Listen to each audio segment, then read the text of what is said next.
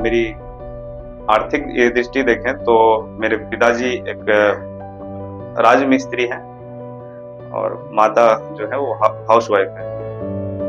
2017 में मेरा ग्रेजुएशन हुआ और उसी दौरान मेरा विवाह भी हुआ था।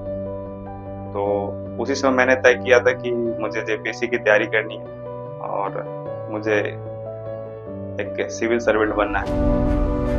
मुझे कोई बताने वाला नहीं था कि मैं कैसे पढ़ाई करूं, क्या करूं। मुझे कुछ पता नहीं था। मैं सिर्फ जानता था कि जेपीएससी की तैयारी करने से कोई डीएसपी बन जाता है, बस इतना ही मुझे पता था। उसके अलावा कुछ पता नहीं था। मैंने ऐसा टारगेट रखा हुआ था कि 2-3 सालों में क्लियर कर लूँ। जब मुझे पता चला कि मेरा रिजल्ट आ गया और मैं डिप्टी कलेक्टर बन गया, मैंने तो पहले 3 बार उसको क्रॉस चेक किया कि मेरा ही रिजल्ट तो है ना। क्रॉस चेक करने के बाद जब फाइनल हुआ तो मैं काफी रो पड़ा था उस वक्त, और रोते रोते ही मैंने अपनी वाइफ को कॉल किया उसको। अब आपका हस्बैंड डिप्टी कलेक्टर बन गया। जीवन में कैसे समय बदलता है, उस दिन मुझे पता चला कि फाइनली मैं एक स्टूडेंट से एक डिप्टी कलेक्टर, एक स्विगी बॉय से एक डिप्टी कलेक्टर बन गया। Vajiraman Ravi has been still there even during my mains preparation, during both my attempts 2023-24. I started my preparation in 2018 here as a foundation batch student, and finally I'm again back here 6 years later. The life has come full circle finally. I post-graduated actually in year 2018. After that I came to Vajiraman Ravi, as the name has always been there, where I was completely clueless कि क्या करना है क्या नहीं. And that year I think, but I think ये join किया test series मैंने, and we had those regular feedback sessions. GS we had GS. I was enrolled for the GS thing. I had that regular feedback session. After every copy that was checked, we had those mentoring sessions going on. So उससे पता चलता था what is wrong, where I should add on, what is the changes I need to make, etc. So it went like that, and I really scored good in GS. Last year also it was 435 marks in GS 1, 2, 3, 4. मेरा नाम सूरज कुमार यादव है। मैं झारखंड के गिरिडीह जिला से belong करता हूँ। अभी हाल ही में जो 11 से 13 जेपीएससी का रिजल्ट आया, उसमें मेरा रैंक 110 है और मुझे डिप्टी कलेक्टर का पद मिला है। अगर मैं अपने शुरुआती जीवन के बारे में बात करूं तो हम लोग, मेरी 4 बहनें हैं और मैं इकलौता मतलब भाई हूं। अगर मेरी आर्थिक ये दृष्टि देखें तो मेरे पिताजी एक राजमिस्त्री हैं और माता जो है वो हाउस वाइफ है। प्रारंभिक शिक्षा जो हमारी हुई थी, मतलब बचपन का जो बोले प्राइमरी एजुकेशन, मेरा गांव में ही हुआ था। पापा ने उसके बाद मुझे धनबाद में एक हॉस्टल में रखा, जहाँ से मेरी पढ़ाई आगे की हुई। और 10th मैंने कोडरमा से किया था, जो कि CH+2 हाई स्कूल है। और 12th एवं ग्रेजुएशन जो है वो मैंने RPS कॉलेज बोकारो से किया था। वहाँ पे मेरी दीदी रहती थी और मेरे जिया जी रहते थे, उनके साथ रह के मैंने पढ़ाई की थी वहाँ पर। 2017 में मेरा ग्रेजुएशन हुआ और उसी दौरान मेरा विवाह भी हुआ था। तो उसी समय मैंने तय किया था कि मुझे जेपीएससी की तैयारी करनी है और मुझे एक सिविल सर्वेंट बनना है। उस वक्त मुझे कोई बताने वाला नहीं था कि मैं कैसे पढ़ाई करूं, क्या करूं। मुझे कुछ पता नहीं था। मैं सिर्फ जानता था कि जेपीएससी की तैयारी करने से कोई डीएसपी बन जाता है, बस इतना ही मुझे पता था। उसके अलावा कुछ पता नहीं था। जब मेरा विवाह हुआ 17 में, तो मैंने अपनी वाइफ से मैंने इस बात को डिस्कस किया कि मैं आगे पढ़ाई करना चाहता हूँ, सिविल सर्वेंट का तैयारी करना चाहता हूँ। तो उन्होंने बोला कि ठीक है आप, क्योंकि एक विवाह के बाद जो होता है ना कि जिम्मेवारी पूरी तरह से बदल जाती है। अगर आप शैक्षणिक दृष्टिकोण से देखें, अगर पढ़ाई कर रहे हो तो मैक्सिमम लोग पढ़ाई छोड़ देते हैं और कोई भी आर्थिक क्रियाकलाप में भाग ले लेते हैं। बट मेरे केस में ऐसा नहीं हुआ। मेरी जो पत्नी, उन्होंने बहुत सपोर्ट किया इस संदर्भ में कि ठीक है आप पढ़ाई करो और जो भी हो सकेगा हम यहाँ से मैनेज करेंगे, परिवार को मैनेज करेंगे। और बात थी कि आर्थिक, क्योंकि पढ़ाई करने जा रहा था तो पैसे की तो जरूरत पड़ती ही थी, पड़ेगी ही। कोचिंग का फी है, रेंट है, वगैरह वगैरह। तो उस संदर्भ में पत्नी नहीं, मतलब मेरे ससुर जी से बात की, मतलब अपने पापा से बात की कि वो पढ़ना चाहते हैं आगे, तो कुछ हेल्प चाहिए उनको। तो मेरे ससुर जी ने उसमें बहुत हेल्प किया और अभी तक जो खर्च था वो मेरे पिताजी उठा रहे थे, मतलब ग्रेजुएशन तक। बट राजमिस्त्री का काम करते थे, तो उसके बाद उनका काम भी छूट चुका था, क्योंकि वो उस स्थिति में थे नहीं कि वो आगे उसको कंटिन्यू करें, क्योंकि राजमिस्त्री का काम उसमें काफी बोल सकते हैं कि मेहनत वाला काम होता है वो, और एज हो जाने के बाद उसमें काम करना थोड़ा सा पॉसिबल नहीं है। और मम्मी भी मेरी मोस्ट ऑफ टाइम बीमारी रहती है, उनको कई सारे दिक्कतें हैं, तो इस वजह से स्थिति बहुत खराब थी, तो घर से सपोर्ट अब नहीं मिल सकता था बहुत ज्यादा, इसलिए मैंने अपने ससुर जी से सपोर्ट मांगा कि मुझे आगे पढ़ाई करना है। तो मैंने कुछ टारगेट करके रखा था कि 2-3 साल तक मैं पढ़ाई करूंगा, 2-3 साल में मतलब क्लियर करके, मैंने ऐसा टारगेट रखा हुआ था कि 2-3 साल में मैं क्लियर कर लूंगा। और 17-18 में मैं रांची चला गया पढ़ने के लिए। उससे पहले की एक घटना और है, जब मैं विवाह कर रहा था, मतलब विवाह जब हुआ था उस वक्त मैं कॉल सेंटर में भी काम कर रहा था। कॉल सेंटर में काम करते हुए मैंने अपना ग्रेजुएशन पूरा किया है। और जब फाइनली मैं 18 में चला गया सिविल सर्वेंट का तैयारी करने, जेपीएससी का तैयारी करने के लिए, तो उस वक्त मेरे सपोर्ट में मेरे पापा थे, मेरे ससुर जी थे, और परिवार के सभी लोग थे। मेरी दीदी, खास करके मेरी जो दीदी है, मेरी 4 सिस्टर है, तो हमसे जो जस्ट बड़ी हैं, उन्होंने पूरा सपोर्ट किया। वो मेरे घर का जो भी जिम्मेवारी था उन्होंने संभाल लिया, दीदी और जिया जी ने, मेरी वाइफ की, और फिर मेरे माता पिता के जो भी जिम्मेवारी था, छोटे मोटे जो भी चीजें थी वो उन्होंने संभाल लिया। और इसी वजह से मैं वहां पे जाकर के रांची में टेंशन मुक्त जाकर के पढ़ाई कर पाया।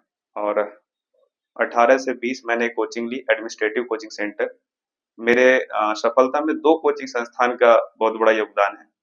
एक तो एडमिनिस्ट्रेटिव कोचिंग सेंटर रांची में है, और एक काशवी आईएएस, वो भी रांची में है। ये दोनों कोचिंग सेंटर ने मुझे बहुत सपोर्ट किया। 18 से 20 मैंने एडमिनिस्ट्रेटिव में क्लास की लिया, और वहां से मेरा बैकग्राउंड सही हो गया था।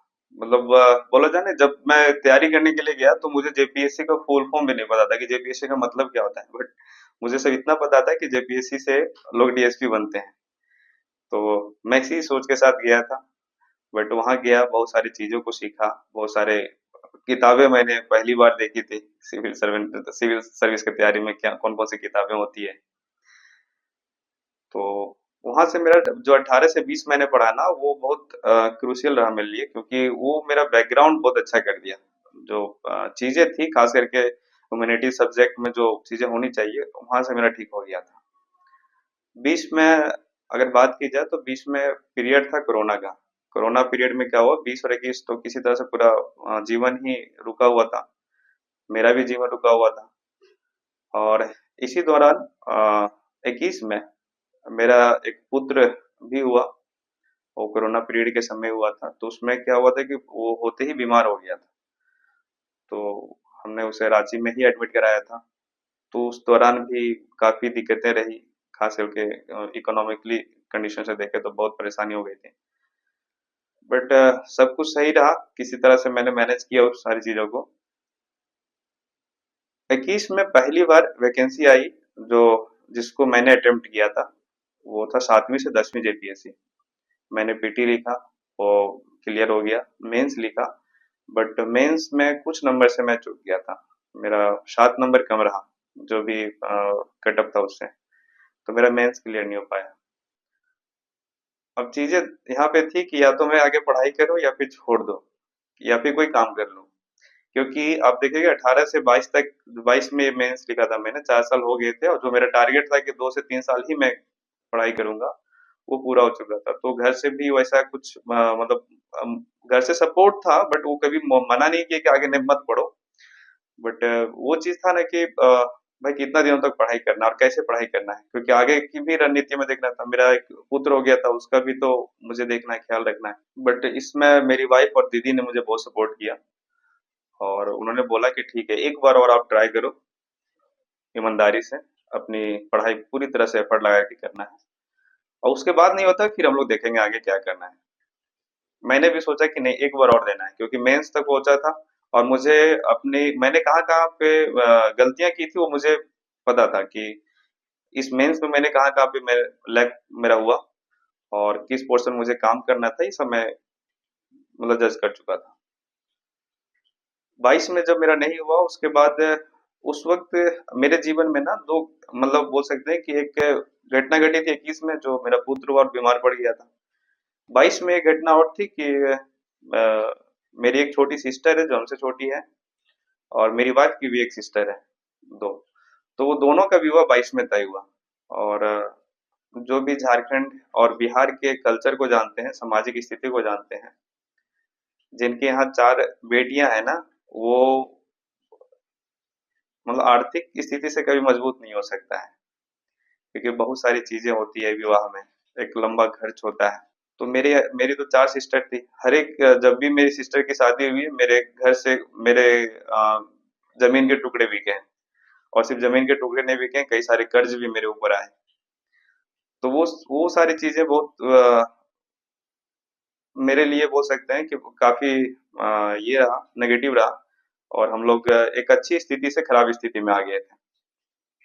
22 में जब मेरी सिस्टर का विवाह तय हुआ, छोटी सिस्टर का, तो उस वक्त मेरे पास कोई पैसे नहीं थे, और विवाह का जो सारा जिम्मेवारी था मुझ पे और मेरे पिताजी पे था। तो हम लोगों ने देखा कि कैसे मैनेज हो सकता है, क्योंकि खर्च बहुत ज्यादा थे, करीब 15 के आसपास में, 12-15 के आसपास में खर्च थे, तो कैसे मैनेज किया जा सकता है। तो मैंने कुछ जमीन, मेरा एक भूमि था, लैंड था, उसको मैंने करीब 3 लाख में उसको सेल किया। और जो शेष अमाउंट थे वो मेरे सारे रिश्तेदारों ने मुझे पे किया, मतलब वो कर्ज के तौर पर है, तो उन्होंने मुझे उधार दिया। और फाइनली 22 में मेरी सिस्टर का विवाह सही सलामत, सही से ठीक मतलब हो गया। और यही कंडीशन मेरे अ, ससुराल में आने की, मेरी वाइफ के घर में भी था कि उनकी सिस्टर का भी शादी तय हुआ, वहां पर भी अच्छा खासा कर्ज मतलब ये हो गया था। तो ये घटना क्या हुआ ना, ये घटना इसलिए भी महत्वपूर्ण हो जाता है मेरे जीवन में, क्योंकि इस घटना ने मुझे काम करने पे मजबूर किया था। कि ये घटना, जब अभी तक मैं काम नहीं कर रहा था, अभी तक मुझे सपोर्ट मिल रहा था परिवार से, बट इस घटना ने क्या हुआ कि आर्थिक स्थिति बहुत कमजोर हो गई, मतलब सपोर्ट कम हो गया था। जब सपोर्ट कम हो गया तो मुझे लगा कि अब कुछ ऐसा करना है जिससे कि मैं अपने जो मैं आगे जेपीएससी देना चाह रहा हूँ वो बेफिक्र दे सकूं, मतलब दे सकूं अच्छे से पढ़ाई करके। तो इसीलिए मैं रांची छोड़ दिया। और रांची, क्योंकि रांची थोड़ा एक्सपेंसिव है, वहाँ पे खर्च ज्यादा होते हैं एक स्टूडेंट के तौर पे देखें तो मैं रांची छोड़ के 22 में हजारीबाग आ गया। और हजारीबाग में मेरे जीजा जी का क्वार्टर था, पुलिस क्वार्टर था, तो वहाँ पे रेंट का मतलब व्यवस्था हो गया था कि तो रेंट नहीं लगेगा, बस खाने पीने का खर्च हमको वहन करना था। तो मैं हजारीबाग आ गया, हजारीबाग में मैं रहने लगा। और सेल्फ स्टडी पे मेरा पूरा चल रहा था, क्योंकि कोर्स कंप्लीट हो चुका था, तो सेल्फ स्टडी में कर रहा था, तो रूम में रह के पढ़ाई करता था। इसी दौरान मैंने एक किताब भी लिखी, जेपीएससी के लिए ही किताब लिखी थी। एक टॉपिक है सीएनटी एसपीटी, तो किताब भी मैंने लिखी। और एक दो कोचिंग सेंटर मैंने वहां पे जाके ट्राई किया कि मुझे पढ़ाने के लिए दिया जाए, क्योंकि मैं चाह रहा था अगर कुछ अर्निंग हो जाता तो मैं परिवार का थोड़ा सा बहुत सपोर्ट कर लेता, क्योंकि मेरा बेटा भी था, परिवार भी था, तो उसका भी कुछ खर्च वहन कर लेता। तो एक होता कि ठीक है, परिवार को भी देख ले रहे हैं थोड़ा बहुत। तो मैंने बहुत सारे कोचिंग सेंटर में ट्राई किया, बट फाइनली एक कोचिंग सेंटर था, पाननी आईएएस हजारीबाग में, उन्होंने मुझे मौका दिया पढ़ाने का। वहां पर मैंने 2 बैच लिया, और दोनों में मुझे करीब 40-40 हजार रुपये मिले थे। मतलब अगर मंथली देखा जाए तो 5 हजार रुपया मंथली मुझे मिल रहे थे वहां पे। और वहां पे 2 बैच मैंने पढ़ाया, 2 बैच करीब मेरा 1.5 साल के करीब था वो बैच पूरा। और वहां से जो पैसे अर्निंग हुए वो काफी हेल्पफुल रहा, क्योंकि उससे मुझे पढ़ने में दिक्कत नहीं हुई। 2 घंटे जाके पढ़ाता था डेली, और फिर खुद सेल्फ स्टडी करता था, तो बढ़िया था। मतलब मेरा पढ़ाई जारी रहा, घर पे भी थोड़ा बहुत देख लेता था। इसी दौरान अब जब मैं पढ़ा रहा था, उसी दौरान ये जो 11वीं से 13वीं जेपीसी एडवर्टाइजमेंट आया था। 2024 में जनवरी में एडवर्टाइजमेंट आया था। तो उस वक्त मैं पढ़ा भी रहा था, तो उसी दौरान मैंने जेपीएस का पीटी लिखा। उसके बाद पीटी क्वालिफाई हो गया, और उसी दौरान मैंने मेंस भी लिखा। और जब मैं मेंस लिख रहा था, उससे जस्ट पहले ही मेरा बैच समाप्त हो गया था जो मैं पढ़ा रहा था। तो मेंस लिखने के बाद वहां पे जब ट्राई किया तो बोला कि यहाँ बैच नहीं बना हुआ है अभी कोचिंग में। और भी 2-3 कोचिंग थे, तो वहां पर भी बैच नहीं बना हुआ था, कहीं पर भी पढ़ाने का ये नहीं था, स्कोप नहीं था। तो मेंस तो मैं लिख चुका था, मेंस मेरा बढ़िया भी गया था, बट ये कंफर्म नहीं था कि रिजल्ट हो ही जाएगा। तो मुझे आगे की देखना था कि आगे मैं कैसे अपनी पढ़ाई जारी रखूं। और पढ़ाई के साथ साथ चीजें जो है कि परिवार वगैरह को भी थोड़ा देखना था।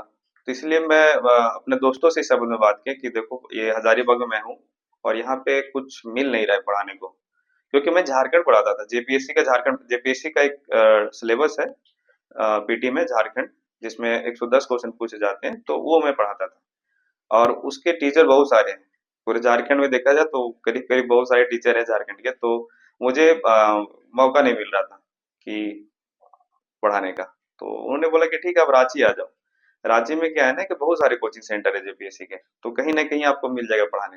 तो दोस्तों के ही सजेशन पे मैं रांची चला गया मेंस का एग्जाम देने के बाद। रांची गया।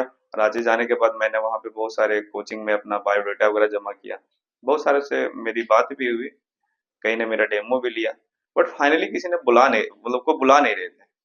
अब दिक्कत क्या थी पता नहीं, या तो उनके पास बैच नहीं होगा, या फिर कुछ और भी प्रॉब्लम होगा, बट कई जगह तो मेरे पैसे की भी डील हो गई थी, फिर भी नहीं बुलाया गया। तो लास्ट में मुझे दोबारा से सोचना पड़ा कि भाई रहे कैसे, क्योंकि 2-3 महीने हो चुके थे और 2-3 महीने काफी तकलीफ से गुजर रहा था वहां पे। तो मेरे एक भैया हैं, वो रैपिडो में काम किए हुए थे पहले, तो उन्होंने और मेरे दोस्तों ने ये सजेशन दिया कि आप ना रैपिडो चलाओ, रैपिडो या स्विगी को चलाओ। इससे क्या होगा ना कि आप अपनी पढ़ाई का खर्च निकाल सकते हो और पढ़ाई भी जारी रख सकते हो, क्योंकि रैपिडो या फिर स्विगी जैसे जो कंपनियां हैं, ये आपको एक लिबर्टी देती है ना कि आप अपने अनुसार काम कर सकते हो। उसमें बाउंडेशन नहीं होता। अगर मैं कोई ऑफिस ज्वाइन कर लेता, कहीं पे ज्वाइन कर लेता किसी भी चीज को, तो वहां पे बाउंडेशन था कि आपको 8 घंटे काम करने हैं, टाइम शेड्यूल रहता, और कि आपको 10 से 4 या 5 तक आपको काम करने। बट इसमें क्या था ना कि मैं अपने अनुसार काम कर सकता था, जब मुझे टाइम मिलता मैं चला जाता। तो ये सजेशन मुझे अच्छा लगा, तो मैंने बोला कि ठीक है, मैं यही कर लूंगा, और इससे क्या होगा कि मैं आगे की पढ़ाई भी अपना जारी रख सकता हूँ। बट दिक्कत यहाँ पे ये थी कि अगर मैं स्विगी या फिर रैपिडो चलाता तो उसके लिए बाइक टैक्सी की आवश्यकता थी, बट मेरे पास थी नहीं। और इतनी हिम्मत भी नहीं थी कि मैं कहीं कर्ज उठा करके ले लूं। क्योंकि जस्ट इससे पहले ही, मतलब 24-23 में पीएम आवास योजना के तहत मेरा घर बना हुआ था। मतलब पीएम आवास योजना मुझे मिली थी सुविधा मेरे पापा को। तो उसमें कुछ पैसे मैंने क्या बोलते हैं उसको, एक कर्ज लिया हुआ था, जो कि इनफॉर्मल कर्ज था, जैसे कि जिसमें हम लोग साहूकार वगैरह से जो लेते हैं उस तरह का कर्ज था मेरा। तो उसमें मुझे कुछ पैसे देने पड़ते थे इंटरेस्ट के तौर पे प्रत्येक मंथ। और अभी भी वो कर्ज है, मैंने भी दिया नहीं है, इंटरेस्ट भर रहा हूँ उसका। तो वो भी इंटरेस्ट मुझे देना था। तो इस वजह से मैं और भी ज्यादा कर्ज नहीं ले सकता था, इस स्थिति में नहीं था कि मैं कर्ज लेकर के बाइक खरीदूं और फिर मैं ये काम करूं। तो मेरे दो दोस्त हैं, एक राजेश और एक संदीप, उन दोनों का स्कॉलरशिप आया था।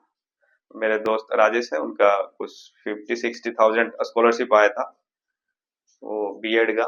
और मेरे दोस्त हैं संदीप, उनका स्कॉलरशिप आया था एलएलबी का, कभी करीब 25-30 हजार के आसपास में। तो उन दोनों दोस्तों ने मिल करके मेरे लिए बोला कि ठीक है, आप बाइक खरीद लो, बट कि जो आप पैसा इंटरेस्ट में कहीं भरोगे ना, वो पैसा आप जमा करके हम ही लोग को दे देना, 2,000-3,000 रुपया पर मंथ जमा करते हुए मुझे ही लौटा देना। वो उससे क्या होगा ना कि आप इससे, आप पढ़ाई आपका डिस्टर्ब नहीं होगा, क्योंकि अगर आप कहीं कर्ज लेते हो, अगर आप ईएमआई पे लेते हो, तो आपके पास मेंटली दबाव रहेगा कि आपको ये भरना ही भरना है।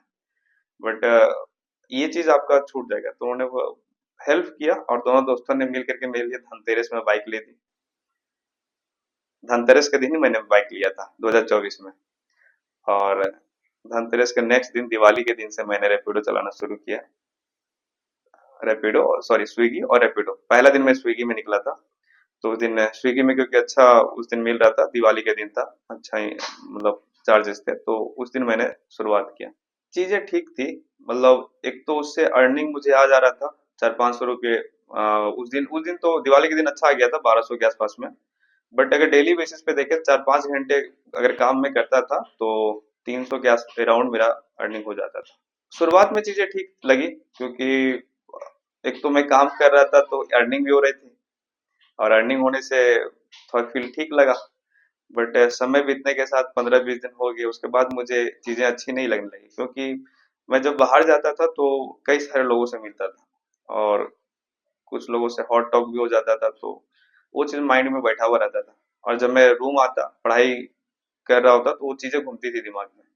तो कंसंट्रेशन थोड़ा-सा मेरा गड़बड़ हो जाता था। तो ये चीज़ें बहुत रिग्रेट फील होती थी और एक दूसरा चीज़ ये भी था कि मेरी जो एजुकेशन है वो मैं मास्टर कर चुका हूँ इग्नू से। फिर मैंने एलएलबी की भी पढ़ाई मैं भी कर मेरा जारी था। तो इतना वेल एजुकेटेड होते हुए भी मैं अगर रैपिडो और स्विगी चला रहा था तो मेरे लिए एक शर्मनाक की बात थी। काम छोटा नहीं होता है, जो कर रहे हैं उनके लिए मैं ये नहीं बोल रहा हूँ कि वो काम छोटा है, बट मैं अपने खुद को ये मान रहा था कि मेरे लायक ये काम नहीं था। अगर कहीं पढ़ाने के लिए मिल जाता तो मेरे लिए बेटर था, बट वो चीज नहीं मिला, इस वजह से मुझे ये करना पड़ा। तो इस तरह से मेरा काम शुरू रहा 24 से। और फाइनली जून में मेरा रिजल्ट आया मेंस का। मेंस का जब रिजल्ट आया तो मेरा जब सिलेक्शन हो गया मेंस में, तब मैंने इसको स्टॉप कर दिया। उसके बाद से सर मेरे जानते थे, जो काशवी आईएएस के सर हैं नीरज सर, वो जानते थे कि मैं ये काम कर रहा हूँ, तो उन्होंने सजेस्ट किया कि अभी ये सब चीज छोड़ दो। 1-2 महीना आप पूरी तरह से इंटरव्यू पे फोकस करो। अगर हो जाता है ना तो जीवन सुधर जाएगा, फिर आपको ये सारी चीजें देखनी नहीं पड़ेगी। तो मैं उनके सजेशन को माना, उसे पूरी तरह से छोड़ दिया और मैं इंटरव्यू पे फोकस किया। इंटरव्यू मेरा बहुत अच्छा गया था। बहुत अच्छा हम कहने के सेंस, बहुत वो हाई नहीं था बट लो भी नहीं था, मीडियम अच्छा था, सेटिस्फाई था। मैं जहाँ पे मॉक भी दे रहा था ना, वहां पर भी बहुत सारे लोगों ने मुझे सजेस्ट किया था कि आपका बहुत अच्छा है, बोलने का तरीका अच्छा है, आप एक्सप्लेन सही से कर लेते हो, आपका स्माइली ये भी है, फेस है, तो कोई दिक्कत नहीं है। आप जो वे रखे हो ना पकड़ के, उसको रखो, अच्छा आपका जाएगा। उसी तरह गया भी, ठीक था। और फाइनली 25 जुलाई को मेरा रिजल्ट आया और मैं डेप्यूटी कलेक्टर के रूप में सेलेक्ट हुआ। जिस दिन मेरा रिजल्ट आया, वो दिन मैं भूल नहीं सकता, क्योंकि उस दिन मेरा सुबह में जब मुझे पता चला कि मेरा रिजल्ट आ गया और मैं डेप्यूटी कलेक्टर बन गया, मैंने तो पहले 3 बार उसको क्रॉस चेक किया कि मेरा ही रिजल्ट तो है ना। क्रॉस चेक करने के बाद जब फाइनल हुआ तो मैं काफी रो पड़ा था उस वक्त। और रोते रोते ही मैंने अपनी वाइफ को कॉल किया उस वक्त कि अब आपका हस्बैंड डेप्यूटी कलेक्टर बन गया है। तो वो भी रोने लगी और हम लोग दोनों काफी भावुक थे। और उन्होंने एक बात भी कही उस वक्त कि अब आप क्यों रोते हो, अब तो हमारे दुख के दिन चले गए। क्योंकि वो भी बहुत कुछ अपने जीवन में संघर्ष कर रही थी। मेरी वाइफ ने मेरे लिए अपनी पढ़ाई छोड़ दी। वो पोस्ट ग्रेजुएशन कर रही थी पॉलिटिकल साइंस से, बट उन्होंने मेरी पढ़ाई के लिए अपनी पढ़ाई को छोड़ दिया। तो ये चीज लग रहा था कि मैंने उसके जीवन के कुछ हिस्से अपने में ले लिया था, उनकी पढ़ाई छुड़वा दिया था। मैंने छुड़ाया नहीं था, बट उन्होंने खुद ही छोड़ दिया कि दिक्कतें थी ना। वो मेन चीज होता है कि अगर आपके पास पैसे है ना तो सब कुछ हो जाता है। वो कहने को होता है कि वो ये चीज है, बट पैसा बहुत मायने रखता है चीजें जीवन में। तो दिक्कत वही थी। तो बच्चे हो गए, पैसे नहीं थे, तो उन्होंने भी अपना पढ़ाई ड्रॉप कर दिया। पीजी उन्होंने 1 सेमेस्टर दिया, उसके बाद छोड़ दिया। तो उनकी पढ़ाई अभी तक रुकी हुई है। अब मैं चाहता हूँ कि वो आगे पढ़े। तो वो दिन काफी मेरे लिए अच्छा दिन था, 25 जुलाई का दिन। फिर मैंने सभी को कॉल किया। मैंने मेरी सिस्टर के पास रहती है मेरी वाइफ, तो वो दोनों वहीं पे थी, बातें हुई, सभी लोगों को पता चला। मतलब सभी लोग काफी खुश थे। और उस दिन बहुत सारे कॉल्स भी मेरे पास आए। जीवन में कैसे समय बदलता है, उस दिन मुझे पता चला कि फाइनली मैं एक स्टूडेंट से एक डिप्टी कलेक्टर, एक स्विगी बॉय से एक डिप्टी कलेक्टर बन गया। और जो भी बच्चे आगे मतलब जो भी अभी तैयारी कर रहे हैं, जो इस सिचुएशन से गुजर रहे हैं, देखिए संघर्ष सिर्फ मेरे जीवन में नहीं है। हाँ, लोग इसलिए मुझे भी जान रहे हैं क्योंकि मैं सक्सेस कर गया, मैंने जेपीएससी क्रैक कर लिया, तो इसलिए लोग मुझे जान रहे हैं। बट संघर्ष की बात की जाए ना तो बहुत ऐसे स्टूडेंट हैं जो संघर्ष कर रहे हैं, कई तरह से संघर्ष कर रहे हैं। मेरा उनसे कहना ये होगा कि आपने अगर कुछ तय किया है ना, तो परिस्थितियां कितनी भी विपरीत क्यों ना हो, आप अड़िग रहे हैं उस पे। होता है ना कि आप अपने जीवन में ही देखते होंगे, कभी कहीं जा रहे होते हैं और बीच में कुछ बाधा हो जाता है, ऐसा थोड़े कि आप जाना छोड़ देते हैं, गाड़ी बदल के चल देते हैं। अगर आप घर जा रहे हैं अपने कोचिंग सेंटर से और बीच में गाड़ी खराब होगी, दूसरी गाड़ी पकड़ लेता हूँ। ऐसा थोड़ी है घर जाना छोड़ ही देते हो। तो परिस्थितियां जो आती है ना, विपरीत परिस्थितियां जो हमारे जीवन में आती है, वो इसलिए नहीं आती है कि आप को झुका दे, बल्कि बल्कि इसलिए आती है कि आप उससे मजबूत हो, आप चीजों को सीखें। परेशानियां आपको जो दिक्कतें हैं या फिर सवाल खड़े होते हैं आपके जीवन में ना, वो इसलिए नहीं कि आपको उलझा दें, इसलिए कि आप सवाल का जवाब ढूंढें और आगे बढ़ें। तो मैंने यही किया जीवन में कि मैं जो भी कुछ हो रहा था मेरे जीवन में, वो मैं डील कर रहा था, आसानी से डील करता, मैं उलझता नहीं था ज्यादा चीजों को। सिंपल से सोचता था, अच्छा ये चीज हो गया, ठीक है, इसको किस तरह से डील करना, उस पर हम फोकस करते थे। और बहुत से ऐसे दिन थे जब मेरे पॉकेट में एक भी रुपया नहीं होते थे, फिर भी मैं खुश रहता था। खुश इसलिए भी रहता था क्योंकि मैं ईमानदारी से पढ़ाई कर रहा था, जिस काम के लिए मैं वहां पे था वो मेरा हो रहा था, तो इसलिए मैं खुश भी रहता था। पैसे नहीं है तो क्या हुआ, बट मेरा विजन तो क्लियर था कि मुझे करना है। अगर इस बार नहीं होता मैं फिर अगली बार ट्राई करता, क्यों ना मुझे स्विगी एक साल और चलाना पड़ता, बट मैं फिर से ट्राई करता। तो जिन भी स्टूडेंट के साथ ये इस तरह की परिस्थितियां उत्पन्न है या फिर हो रहा है, जो भी लोग जूझ रहे हैं इन सारी चीजों से, मेरा यही संदेश होगा आपसे कि आप डिगे ना। मतलब ये होता नहीं कि आप अपने स्टैंड पे खड़े रहें कि मुझे क्या करना है, ये विजन क्लियर होना चाहिए, पहली बात। दूसरी बात ये चीज कि आपका तैयारी जो है ना, उसको देखना जरूरी है कि हम जिस काम के लिए आए वो हो रहा है या नहीं। अगर हम पढ़ने के लिए आए तो मैक्सिमम समय हमारा पढ़ाई में जाना चाहिए, ना कि किसी और समय में। सब कुछ करना है, खेलना भी है, कूदना भी है, सब कुछ करना है, बट मैक्सिमम समय आपको स्टडी में देना है। क्योंकि आप अगर सिविल सर्विसेज की तैयारी करते हो तो वो मायने रखता है ना कि आपका विजन कैसा है, आपका स्टडी, आप कितने समय तक पढ़ाई कर रहे हो, आपका पेशेंस कितना है, ये सारी चीजें उसमें मायने रखती है। तो वो चीज आपके अंदर होना चाहिए। बाकी बात जो बिगिनर्स हैं उनके लिए मैं ये संदेश दूंगा कि सबसे पहले तो अपना गोल तय कीजिए कि आपको क्या करना है। जैसे मेरा शुरू से ही गोल था कि मुझे जेपीएससी करना है, मैंने यूपीएससी या फिर बीपीएससी कभी ट्राई नहीं किया।